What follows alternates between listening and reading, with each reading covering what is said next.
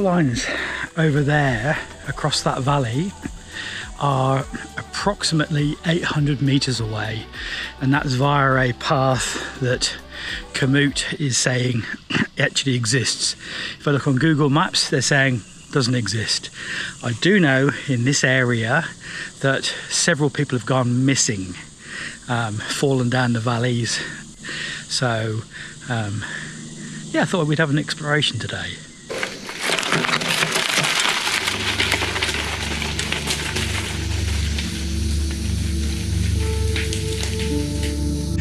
I think I should also explain a little. I have a first aid kit with me. I have my phone with me, which two people can actually follow my location. People have been told where I am, and this is very close to where I live, so I'm very familiar with the territory.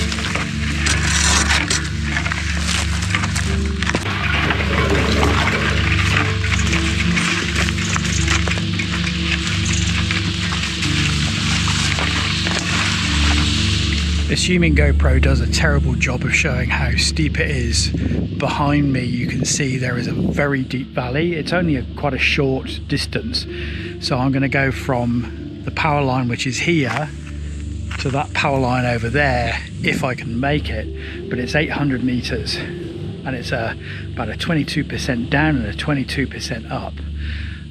As I said before, people have got lost out here. I have no intentions of doing it. I have every intention of backing out if this is not going to work. But you need to be wary and stay within your limits.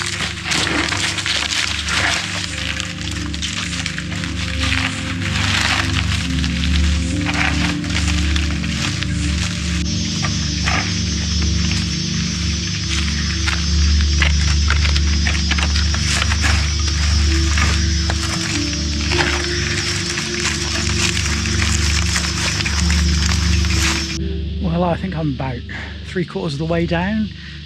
If I was doing this again, I would probably bring one of those little hand saws, foldable hand saws with me, just so that I can clear some of this stuff as I'm coming through, because some of it's pretty rough to get past.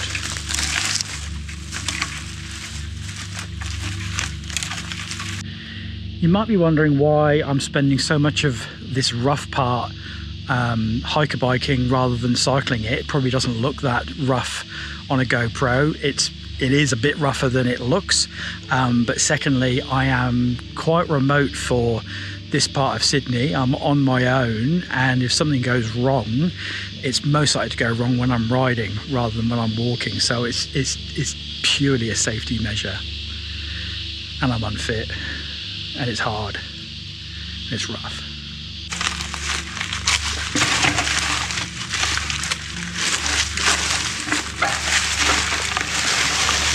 Yeah, sadly I think I've come to the end of the road, or to the beginning of the rope is probably the easiest way to explain it. Down there, it's going over the side of a cliff, and there is this rope that I would need to be able to use, and yeah, look at me and a bike. I ain't no mountain goat, and with a bike attached to me at the same time, I think that is too much risk.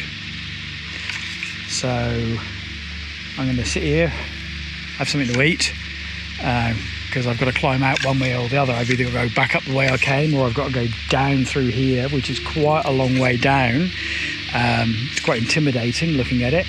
And then I've got to go back up the other side, which is, you know, just as far as getting out of here. So I'll have a think. Probably gonna have to go back the way I came, and that'll be it.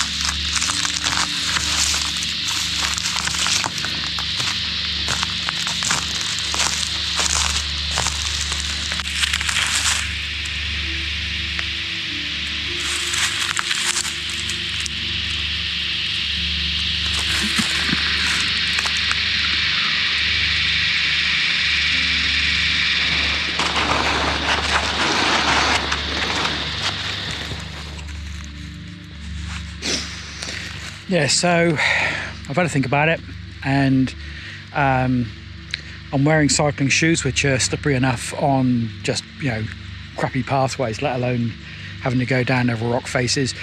I ain't no nimble mountain goat, as you can probably guess, and having to do that in slippery shoes with a bike would just be stupid.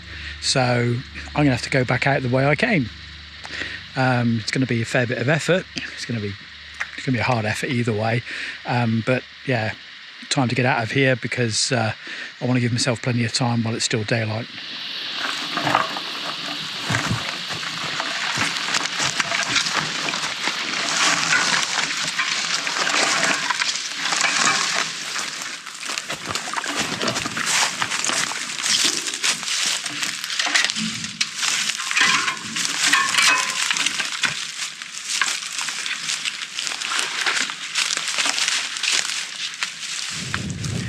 Through the magic of editing, I have scaled all the way back up, and it probably looks like I've taken just a few minutes to do it.